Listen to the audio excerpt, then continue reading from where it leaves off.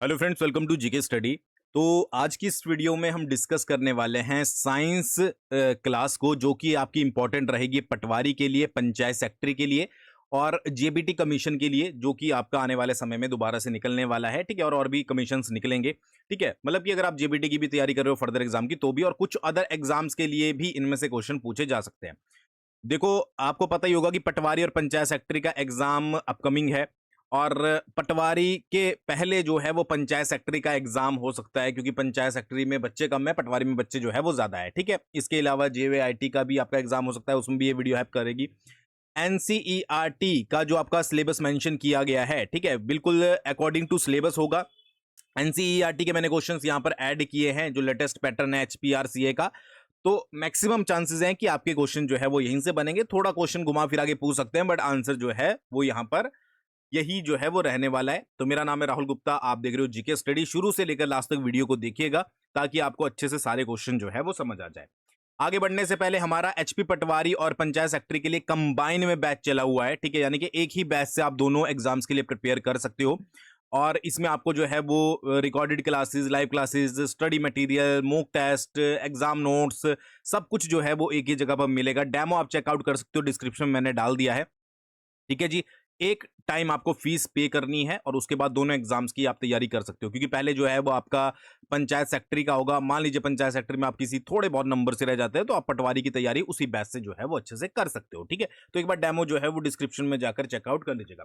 आज का जो हम टॉपिक कवर करेंगे वो है आपका क्रॉप प्रोडक्शन एंड मैनेजमेंट। ये आपके सिलेबस में अगर आपने उठाकर देखा होगा, तो उसमें जो है वो मेंशन किया गया है। और अगर मैं आपको थोड़ी सी डिटेल बताऊं, तो ये आपका एनसीईआरटी की जो क्लास 8 की एनसीईआरटी है साइंस की, वहां से जो है वो ये उठाया गया है। ठीक है, जिसमें आप एग्रीकल्चर प्रैक्टिसेस के बारे में, ठीक है, इरिगेशन, प्रोटेक्टिंग एंड वीड्स के बारे में, हार्वेस्टिंग, स्टोरेज के बारे में आपसे जो है रिलेटेड क्वेश्चन पूछ सकते हैं। ठीक है, तो यहीं पर एनसीईआरटी 8 से जितने भी क्वेश्चन बनते हैं, उनको मैंने आज की वीडियो में कवर किया है। बाकी आप वीडियो के नीचे कमेंट करके बताइएगा कि वीडियो आपको पसंद आई कि नहीं आई, तो दोबारा से हम जो है वो इन्हीं टॉपिक के ऊपर, मतलब आने वाले टॉपिक के ऊपर जो है इसी तरीके से वीडियोस जो है वो कवर करेंगे। ठीक है, चलिए सबसे पहला क्वेश्चन है। ठीक है, एक एक चीज को समझिएगा। ठीक है, कंसीडर द फॉलोइंग स्टेटमेंट, आपको निम्नलिखित कथनों पर विचार करना है। सबसे पहले, India is an agriculture based country, कि हमारा देश जो है वो कृषि प्रधान देश है। नेक्स्ट है, to provide food to a large population, regular production, proper management and distribution are necessary, कि एक अगर विशाल जनसंख्या को आपको भोजन देना है, तो इसके लिए आपको नियमित उत्पादन करना पड़ेगा, प्रबंधन करना पड़ेगा, वितरण जो है वो करना पड़ेगा। और इसके अलावा, when plants of the same kind are grown on a large scale at one place, it is called a crop. ठीक है, कि जब एक ही किस्म के पौधे किसी स्थान पर बड़े पैमाने पर उगाए जाते हैं, तो इसे फसल कहते हैं। ये तीन स्टेटमेंट दी गई है, और पूछा गया है कि इनमें से कौन सी स्टेटमेंट सही है। तो क्या हमारा देश कृषि प्रधान देश है? बिल्कुल सही है। कि अगर आप एक बड़ी लार्ज पॉपुलेशन को, विशाल जनसंख्या को अगर आप खाना देना चाहते हो, तो आपको जो है वो रेगुलर प्रोडक्शन चाहिए, मैनेजमेंट भी चाहिए, डिस्ट्रीब्यूशन भी चाहिए। तो सेकंड स्टेटमेंट भी जो है वो ठीक है।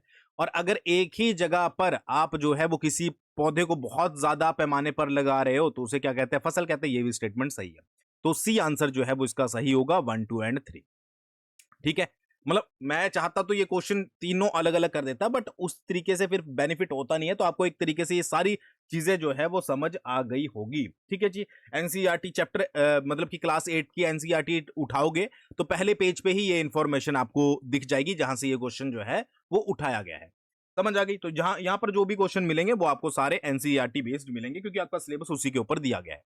चलिए आगे बढ़ते हैं। अगला है, ठीक है, जो क्रॉप्स होती हैं जो रेनी सीजन में लगाई जाती है, crops sown during the rainy season are called kharif crops. ये क्वेश्चन बहुत आते हैं। ठीक है, चाहे आप जेईआईटी की भी तैयारी करोगे ना, वहां पर भी ये क्वेश्चन पूछे जाएंगे कि वर्षा ऋतु में बोई जाने वाली फसलें जो है वो खरीफ फसलें कहलाती है। पैडी हो गया, मेज हो गया, ग्राउंड नट हो गया, सोयाबीन हो गया, कॉटन हो गया, ये खरीफ फसलों के उदाहरण है। कि धान, मक्का, मूंगफली, सोयाबीन और कपास जो है वो खरीफ फसलों के उदाहरण है।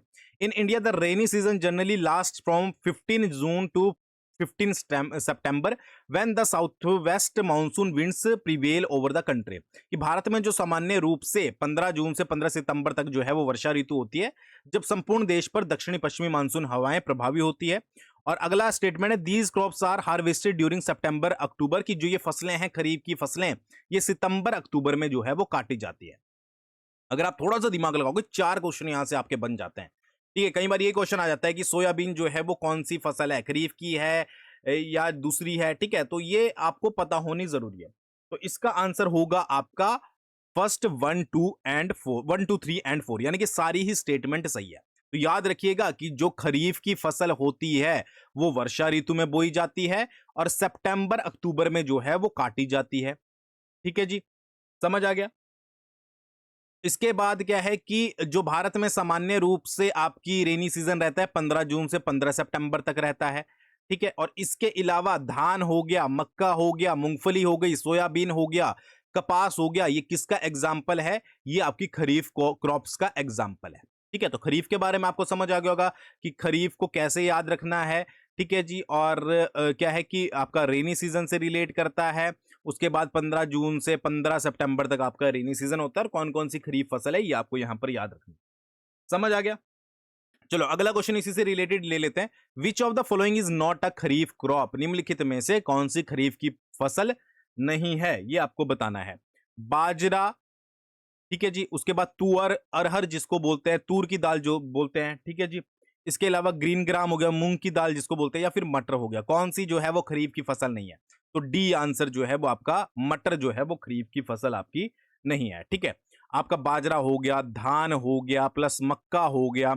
मक्का के बाद आपका जो है वो मूंगफली, सोयाबीन, कपास, ये सारी किसके अंदर आती है? खरीफ की फसलों के अंदर आती है। ठीक है जी, समझ आ गया। चलिए अगला क्वेश्चन है कि crop grows during the winter season October to March are called rabi crops. की शीत ऋतु जो अक्टूबर से मार्च में उगाई जाने वाली फसलें होती है वो रबी फसलें कहलाती है। गेहूं, चना, मटर, सरसों तथा अलसी रबी फसल के जो है वो यहां पर आपके उदाहरण है। Rabi crops are harvested from April to May. की रबी फसलें जो है वो अप्रैल से मई तक जो है वो काटी जाती है। कौन सा आंसर जो है वो इसमें से इसका सही होगा? तो इसका आंसर होगा आपका 1 2 एंड 3, सभी स्टेटमेंट सही है। कि एक तो आपकी जो रबी फसलें हैं, ठीक है, याद रखिएगा रबी फसलें जो है वो आपकी विंटर सीजन में उगाई जाती है और जो उनकी हार्वेस्टिंग होती है वो आपकी अप्रैल टू मई होती है। ठीक है, कौन कौन सी आ गई भाई? आपका जो है वो वीट आ गया, ठीक है जी, आपका ग्राम आ गया, आपका जो है वो मटर आ गया, अभी पूछा भी था, ठीक है जी, आपका सरसों आ गया, आपका अलसी आ गया। ये सारे किसके एग्जाम्पल हैं? ये सारे आपके रबी फसल के एग्जाम्पल है। आई होप आपको क्वेश्चन पसंद आ रहे होंगे। ठीक है, तो समझ आ गया इस तरीके से क्वेश्चन। अब ये नहीं है, जरूरी नहीं है कि आपके पास सारा ही यही इसी तरीके से पूछा जाएगा। आपसे पूछ लिया, मान लो मटर कौन सी फसल का एक एग्जाम्पल है, ठीक है, खरीफ है, रबी है, कौन सा है, ठीक है, तो आपको पता होना चाहिए। तो इसलिए ये इस तरीके से क्वेश्चन जो है वो बताए गए हैं। समझ आ गया? ठीक है, चलिए। विच of the following is not an example of rabi crop? Rabi crop का कौन सा एग्जाम्पल नहीं है? चना, मटर, सरसों, जूट, कौन सा नहीं है? तो भाई जूट जो है वो एग्जाम्पल नहीं है। समझ आ गया? तो ये आपको यहां पर याद रखना है। अब देखो मैंने यहाँ पर कुछ चार्ट लगाया है, ठीक है, जिसमें मैंने यहाँ पर खरीफ क्रॉप्स लगाई हैं, ठीक है, यहाँ पर रबी क्रॉप्स लगाई हैं। तो जैसे राइस हो गया, मेज हो गया, ठीक है, जैसे धान हो गया, मक्का हो गया, जवार हो गया, बाजरा हो गया, रोगी जिसको मंडुआ भी बोलते हैं, कपास हो गया, सोयाबीन हो गया, मूंगफली, तिल हो गए, अरहर हो गई, मूंग हो गई, उड़द हो गई, लोबिया हो गई, गन्ना हो गया और जूट हो गया। ये कौन सी फसलें हैं? ये आपकी खरीफ की फसलें हैं। ठीक है, वहीं अगर रबी की क्रॉप्स देखोगे, गेहूं, जौ, चना, सरसों, मटर, मसूर, अलसी, जई, लहसुन, प्याज, आलू, धनिया, मेथी, जीरा, सौंफ, ये सारी किसकी होगी? ये सारी आपकी जो है वो रबी क्रॉप्स हो गई। तो ये रबी और खरीफ जो है वो एक बार पढ़ लीजिएगा। कई बार बहुत सारा चांसेस है कि यहां से क्वेश्चन जो है वो पूछे जाते हैं। चलिए आगे बढ़ते हैं। अगला क्वेश्चन है, arrange the following agriculture activities in the correct sequence. Agriculture activities दी गई है ना, ठीक है, ये पेज नंबर 2 पर आपको मिल जाएगा जब आप क्लास 8 की एनसीईआरटी पढ़ोगे कि निम्नलिखित विकल्पों में से आपको अरेंज करना है कि क्या होता है। पहले प्रिपरेशन ऑफ सॉइल होती है, एडिंग मेन्योर होता है, सोइंग सीड्स होता है, हार्वेस्टिंग होती है, इरिगेशन होता है। तो एक चीज तो आपको पता लगी होगी, जो हार्वेस्टिंग होती है वो तो आपकी लास्ट में होती है। इसको 1 2 3 4 और 5 कर लो, ठीक है। तो ये कटाई तो आपकी सबसे लास्ट में ही होगी, ठीक है, तो ये हो गई आपकी हार्वेस्टिंग लास्ट में। तो इसका क्या बनेगा? इसका बनेगा 1 3 2 5 4, ठीक है। सबसे पहले 1 आएगा कि आप जो है वो भूमि को तैयार करते हो, प्रिपरेशन करते हो आप सॉइल की, ठीक है जी। फिर आता है आपका आप बीज बोते हो, ठीक है, सीड्स को जो है वो सो करते हो। उसके बाद क्या करते हो? उसके बाद आप खाद डालते हो, ठीक है, आप जो है वो ऐड करते हो खाद को।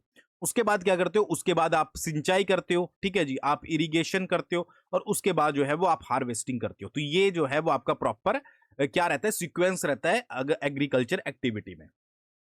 समझ आ गया? मिट्टी मिट्टी तैयार करना, फिर बुआई करना, ठीक है, बुआई भी आती है कई बार बीच में, फिर खाद डालना, सिंचाई करना। अगर बीच में आपको दे रखा है कि खरपतवार हटाना, तो आपको पता होना चाहिए कि कब हटाया जाता है, ठीक है। फिर कटाई के बाद अगर एक और स्टोरेज लगा दिया जाए, तो स्टोरेज जो है वो आपका लास्ट में होता है। तो ये आप सारी चीजें आपको पता होनी जरूरी है। अच्छा, जो किसान बैकग्राउंड फैमिली से होंगे उनको जो जनरली पता ही होगा। अच्छा, ये क्वेश्चन तो आपका किसी भी एग्जाम में पूछा जा सकता है कि किस जीव को किसान मित्र के रूप में जाना जाता है, कि which organism is known as the farmer's friend.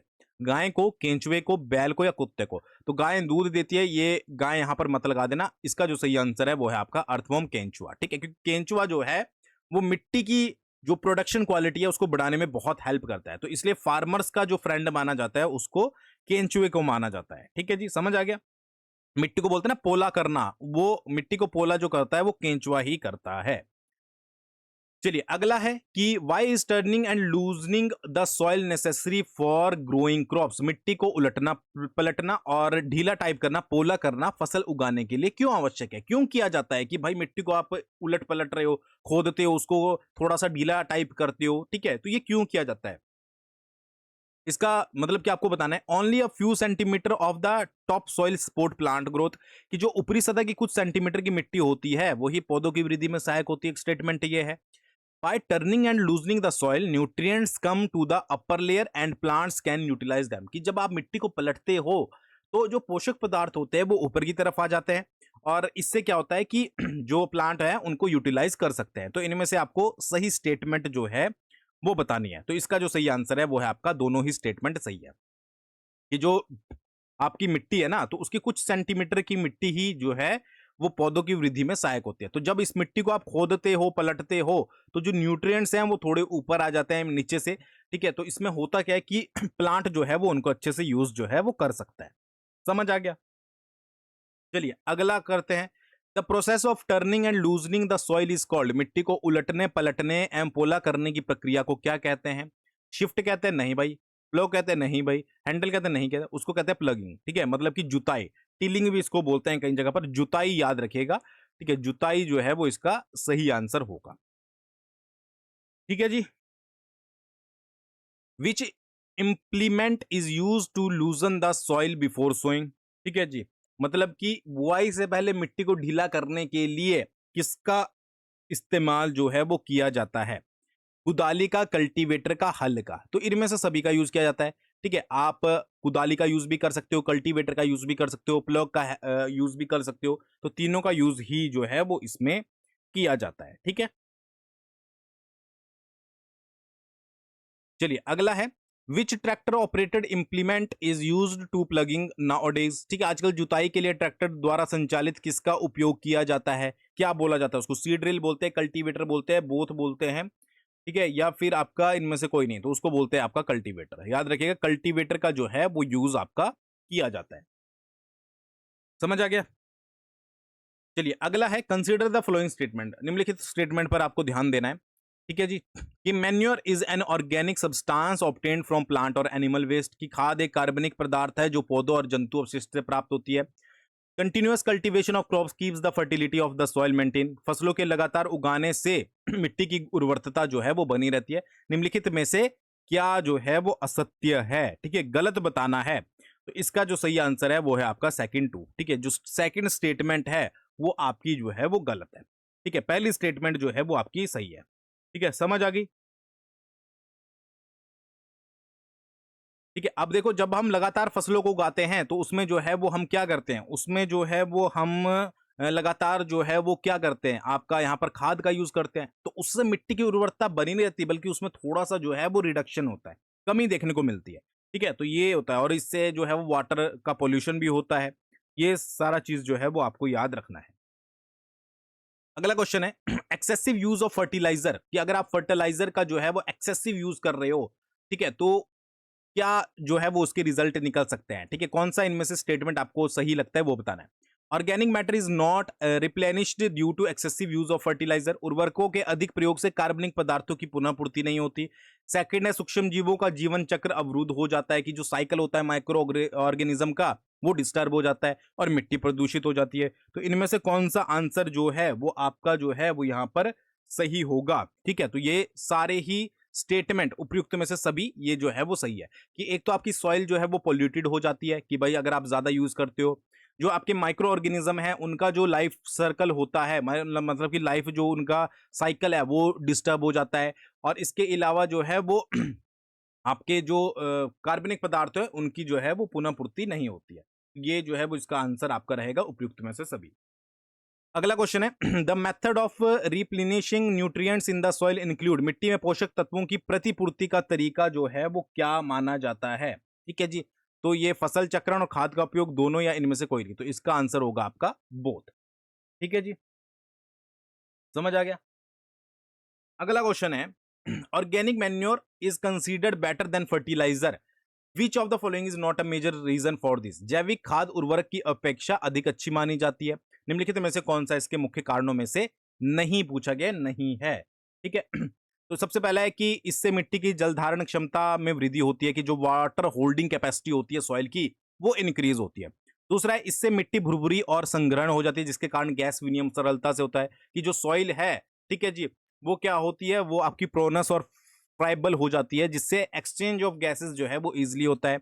इससे मित्र जीवाणुओं की संख्या में कमी हो सकती है, कि it reduces the number of friendly micro organism, और इस जैविक खाद से मिट्टी का गठन सुधर जाता है, या फिर इट इंप्रूव द टेक्सचर या फिर स्ट्रक्चर ऑफ द सॉइल। इसका आंसर जो है वो निम्नलिखित में से क्या होगा? ठीक है, मतलब कौन सा इसमें से कारण जो है वो नहीं है, तो इसका आंसर है सी। मतलब ये रीजन नहीं माना जाता कि आपको जो है वो ऑर्गेनिक यूज करना चाहिए एज कंपेयर टू फर्टिलाइजर। ठीक है, समझ आ गया। बाकी सारे कारण जो है वो माने जाते हैं चलिए अगला देखते हैं। अगला क्वेश्चन है consider the following statement regarding the use of water by plants, कि प्लांट्स के द्वारा जो वाटर यूज किया जाता है उनमें से स्टेटमेंट आपको बतानी है कि कौन सी स्टेटमेंट सही है। Seed germination can not take place in dry condition, कि जो बीजों का अंकुरण है शुष्क स्थिति में नहीं हो सकता। Plant contain about 90% of water, पौधों में लगभग 90% जो है वो पानी होता है। Water is absorb by the roots along with minerals and fertiliser, पौधों की जड़ों के द्वारा जो है वो जल का अवशोषण होता है, जिसके साथ खनिज और उर्वरक भी जो है वो आते हैं। इनमें से आपको बताना है कि कौन सा जो है वो आपका सही है। ठीक है, तो इसका जो सही आंसर है वो है फर्स्ट, टू एंड थर्ड। ठीक है, तीनों ही सही है, कि जो आपका सीड जर्मिनेशन है वो आपका ड्राई कंडीशन में नहीं होता है। दूसरा, पौधों में 90% पानी होता है, और रूट से जो है, जैसे मान लो ये पौधा है, ये रूट्स हैं, यहां से पानी जो है वो आपका एब्जॉर्ब होता है, जो भी मिनरल्स होते हैं फर्टिलाइजर होते हैं वो भी साथ में जाते हैं। तो ये आपका तीनों स्टेटमेंट जो है वो सही है। अगला देखते हैं which irrigation method is most suitable for uneven land with water scarcity. ठीक है, शुष्क क्षेत्र में असमतल भूमि सतह के लिए सिंचाई की सबसे उपयुक्त विधि जो है वो कौन सी है, कौन सी मानी जाती है? तो वो मानी जाती है आपकी स्प्रिंकलर इरिगेशन, छिड़काव जिसको जो है वो बोलते हैं। ठीक है, स्प्रिंकलर सिस्टम भी इसको बोलते हैं। ठीक है जी, मतलब इस जो ये आपकी टेक्निक होती है इसका जो यूज किया जाता है वो अनइवन लैंड, जो असमतल लैंड होती है ना, भूमि होती है, उसके ऊपर जो है वो किया जाता है। ठीक है, तो ये आपको यहां पर याद रखना है। ठीक है, मतलब वहां पर पानी की जो है वो थोड़ी सी कमी होती है। नेक्स्ट है आपका in which irrigation method is water supply drop by drop directly near the roots. ठीक है, कि सिंचाई का निम्नलिखित में से कौन सी विधि है जिसमें पानी बूंद बूंद करके सीधे जो है वो जड़ों के पास जो है वो गिरता है, कौन सी मेथड बोला जाता है? तो उसको बोला जाता है आपका ड्रिप इरिगेशन सिस्टम। याद रखिएगा, ड्रिप प्रणाली। ठीक है, याद रखिएगा। ठीक है, ड्रिप आपने हॉस्पिटल्स में भी देखी होगी, ड्रिप जब चढ़ती है तो बूंद बूंद करके जो है वो बॉटल में से आपकी ड्रॉप्स गिरती हैं, तो उस तरीके से याद रखिएगा ड्रिप इरिगेशन सिस्टम। समझ आ गया? चलिए अगला है कंसीडर द फॉलोइंग स्टेटमेंट, निम्नलिखित कथनों में से विचार कीजिए और कौन सी स्टेटमेंट सही है वो आपको बताना है। The sprinkler system is highly useful for lawns, coffee cultivation and many other crops, की जो छिड़काव होता है वो लॉन हो गया, कॉफी की खेती होगी, और अन्य कई फसलों के लिए जो है वो उपयोगी है।